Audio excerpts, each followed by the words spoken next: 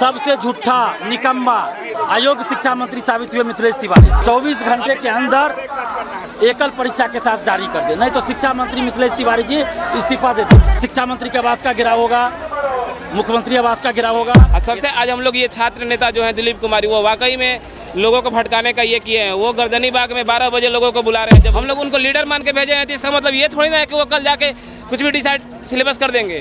जब रोशन सर आके बोले कि दोनों छात्र नेता एक हो जाए, तब वो दलील दे रहे थे कि हम छात्रों से पूछेंगे कि हम लोग को एक होना चाहिए कि नहीं था। आज वो कौन होता है दिलीप कुमार की सीडीपी लगा दे उसमें। तो उनसे उनको नेता बनाया गया था कि आप मेंस पेपर को हटाइए और उसमें आकर वो सीडीपी लागू करवाते हैं। वो कैसे डिसाइड करेंगे कि क्या सिलेबस होना चाहिए?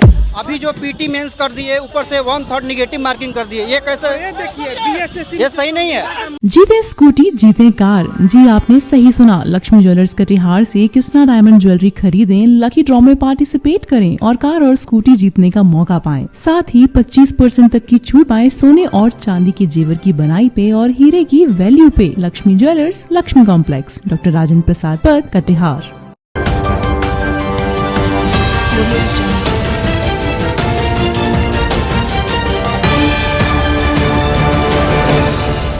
पिछले कई दिनों से छात्र संगठन जो हैं वो बिहार में हो रही अनियमितता के लिए अपनी आवाज़ बुलंद कर रहे हैं। पिछले दिनों सरकार ने कुछ मांगे मांगी है, फिर भी ये लोग आज फिर मुख्यमंत्री आवास का घेराव करने के लिए कुछ कर रहे हैं। आइए इन्हीं से बात करते हैं कि क्या इन लोग की डिमांड है। भैया हमारी तो बहुत सारी डिमांड है, लेकिन सबसे उसमें प्रमुख मांग है TRE 4 और BSSC का मुद्दा है। TRE 4 में मुद्दा ये है कि TRE 1, 2, 3 जब आप देखिएगा तो उसमें केवल एक परीक्षा हुआ था और उसका पैटर्न भी सही था विथ नो निगेटिव मार्किंग। लेकिन अब ये TRE 4 में क्या किया है कि PT और मेंस 2 परीक्षा होगा विथ निगेटिव मार्किंग। और कल जो दिलीप भैया के नेतृत्व में लोग आंदोलन कर रहे थे, कल उन्होंने साजिशन कुछ कोचिंग जो भी शिक्षक CDP पढ़ाते हैं उनके दबाव में आके उनसे प्रेरित होके वो TRE 4 में CDP लगाने का बात कर रहे हैं। हम आपसे पूछना चाहते हैं कि दिलीप कुमार अकेले फैसला लेने वाले कौन होते हैं कि CDP लगेगा? उसमें CDP बिल्कुल नहीं लगेगा। हम लोग का मांग ये है TRE 4 में कि अगर कोई लड़का मैथ का टीचर बनना चाहता है तो उसको अगर गुणवत्तापूर्वक शिक्षा मंत्री को शिक्षक चाहिए तो उसे मैथ से रिलेटेड क्वेश्चन पूछना चाहिए, न कि उसे साइंस से रिलेटेड पूछना चाहिए। उसे हिस्ट्री, सिविक्स, ज्योग्राफी क्यों पढ़ेगा? अगर हमको क्लास में फिजिक्स पढ़ाना है तो हमारी जांच भी फिजिक्स के क्वेश्चन से होने चाहिए कि हम फिजिक्स पढ़ाने लायक हैं कि नहीं।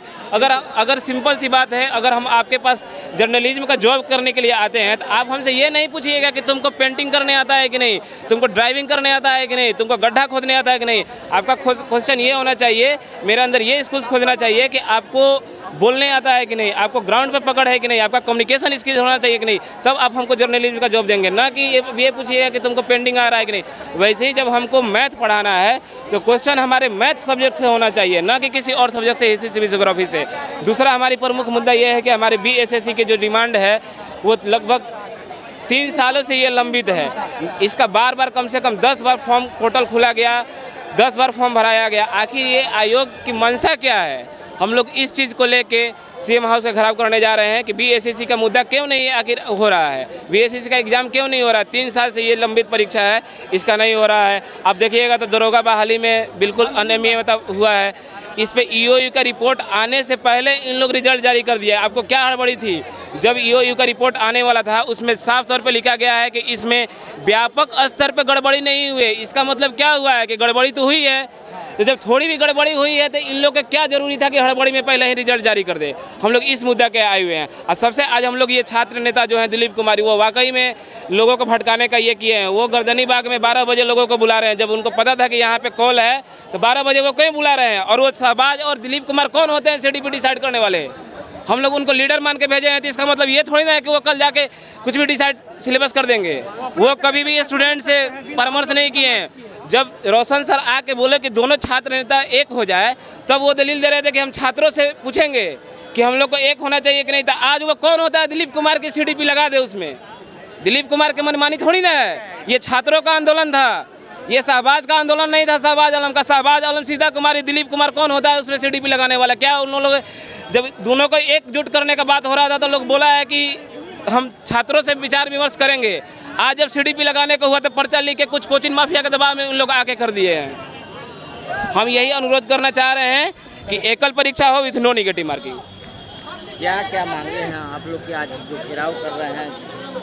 है कि बिहार एसएससी जो परीक्षा इतना टाइम से जो लंबित है उसको जल्द से जल्द करवाया जाए और जो संविदा वाला जो सिस्टम है उसको हटाया जाए।